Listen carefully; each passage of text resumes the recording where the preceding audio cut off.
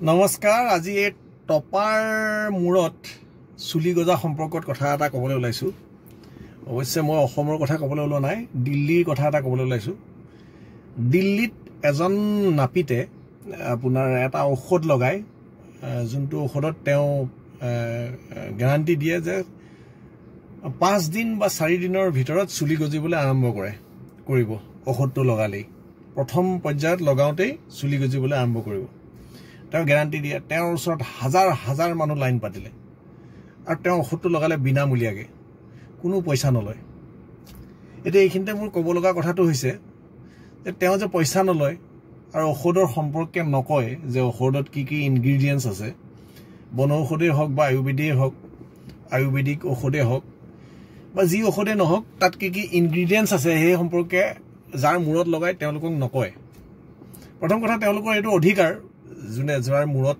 হেৰি এটা লগায় ঔষধ এটা লগায় সি যিয়ে ঔষধ নহওক তেওঁ জনাৰ অধিকাৰ আছে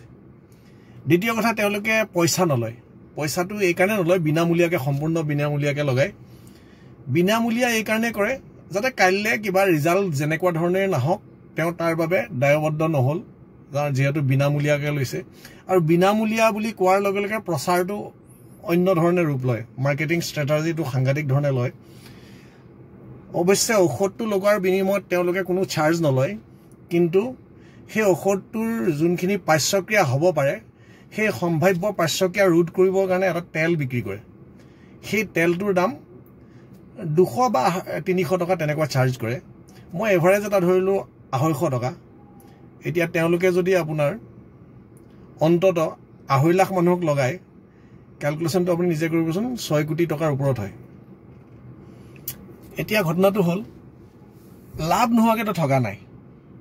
বিনামূলীয়া নিজৰ পকেটৰ পইচাটো লগোৱা নাই এই ঔষধখিনি বিক্ৰী কৰিছে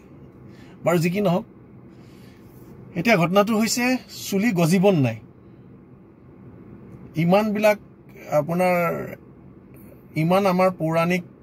বনৌষধটো ইমান পুৰণি কালৰ পৰা চলি আহিছে বা আমাৰ আয়ুৰ্বেদ ইমান পুৰণা যুগ হাজাৰ হাজাৰ বছৰ পুৰণা তাত কোনেও কোৱা নাই চুলি গজাৰ কথা সম্পৰ্কত চুলি গজাৰ গ্যাৰান্টি কোনেও দিব পৰা নাই আজি মুখ্যমন্ত্ৰীয়ে কৈছে নোবেল প্ৰাইজ পাব বুলি এজনে যদিহে চুলি গজে তেওঁ এক কথাত ক'বলৈ গ'লে অকমান ইনসাল্ট কৰি পেলাই কৈছে মোৰ বুধেৰে কাৰণ তেওঁ জানে যে কোনো কাৰণত চুলিটো নগজে আৰু এই পাৰ্টিকুলাৰ ঔষধটো লগোৱাৰ লগে লগে সৰু সৰু নুমৰ নিচিনা গজিবলৈ আৰম্ভ কৰে যোনটোত মানুহে ব্যাকুল হৈ পৰিছে যে সঁচাকৈ চুলি গজে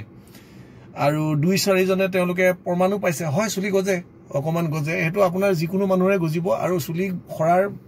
কাৰণবোৰ সাধাৰণতে বেলেগ বেলেগ হয় প্ৰত্যেকজন ব্যক্তিভেদে বেলেগ বেলেগ কাৰণত চুলি খৰে কাৰোবাৰ হয়তো আমলখি লগাই দিলেও আপুনি যদি 1 লাখ জন মানুহৰ প্ৰয়োগ কৰে আমলখি লগাই দিলেও বহু মানুহৰ চুলি আকৌ গজি আহিব বা আপুনি পিয়াজৰ ৰসও যদি লগাই দেখিব বহুতখিনি মানুহৰ গজি আহিব 1 লাখৰ নগজিব হয়তো তাৰ ভিতৰত কেইজন মানুহৰ গজি আহিব সেই কেইজনৰ যদি ফটো সামাজিক মাধ্যমত দি দিয়ে আৰু পিয়াজৰ ৰস লগালে গজিছে বুলি যদি কয় তেতিয়া সকলো মানুহে ভাবি ল'ব যে পিয়াজৰ ৰস লগালে চুলি গজি যাব কিন্তু হেতু নহয় ব্যক্তিভেদে বেলেগ বেলেগ কাৰণত হয়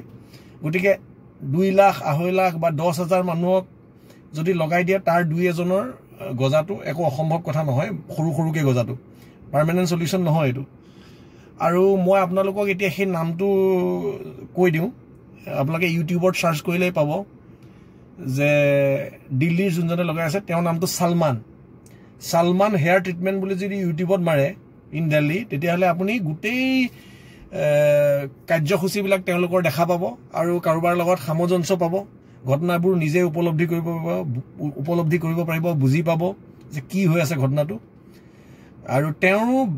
কথাবোৰ প্ৰায় একেই যে আপোনাৰ বিনামূলীয়া 1-2 নম্বৰ তেওঁ ঔষধৰ ইনগ্ৰেডিয়েন্টছৰ বিষয়ে নকয় কাকো যে কি লগাইছে আৰু ঘৰলৈ লৈ যাবলৈ নিদিয়ে বা বেলেগলৈ লৈ যাবলৈ নিদিয়ে গতিকে ঘটনাটো তেনেকুৱা আপোনালোকে নিজে বিচাৰ্যৰ বিষয়টো আপোনালোকে অকমান চিন্তা শক্তি থকা মুজাম মানুহ জনা মানুহ এটা আবেগ হয় চুলি নাইকিয়া হলে মানুহৰ এটা আবেগ হেৰি এটা হয় মনোকষ্ট এটা থাকে কিন্তু সেই মনোকষ্টটোৰ কাৰোবাক আপুনি অহেতুক আপুনি ফায়দা উঠাবলৈ নিদিব মানে সেই বুলি মই অনুৰোধটো জনালো নিজেও অলপ চিন্তা শক্তিৰে চিন্তা চৰ্চা কৰিব যে কিমান মানুহ ইমান বিখ্যাত মানুহ বলিউডৰ কতবিলাক সুপাৰষ্টাৰে আপোনাৰ উইক লগাই পেলাই থাকে একদম আমি চিনাকি বহুত বিখ্যাত ছুপাৰষ্টাৰ উইগ লগাই পেলাই থাকে তো তেওঁলোকেতো গজাই ল'ব পাৰে যদি এইটো তেনেকুৱা ধৰণৰ কিবা হেৰি হ'লহেঁতেন গতিকে এইটো এটা বেলেগ ধৰণৰ গেম এটা হয় গতিকে এইটোত ভুল নোযোৱাটো ভাল আৰু কাৰণ কিয় অন্য কথা নাই আপুনি এলিওপেথিক কিবা বোলে চাবোন লগালে বগা হৈ যায় সেই চাবোনৰটো কিনিবলৈ এনেকুৱা ভিৰ নহয় মানুহৰ কষ্ট নহয় আজি মোৰ বেয়া লাগে কোনোবা এজন মানুহ লখিমপুৰৰ পৰা হয়তো কাম বন এৰি হয়তো কেইটামান পইচা যোগাৰ কৰি নলবাৰীত যদি ঔষধ লগাবলৈ আহে তেওঁ যথেষ্ট কষ্ট হয়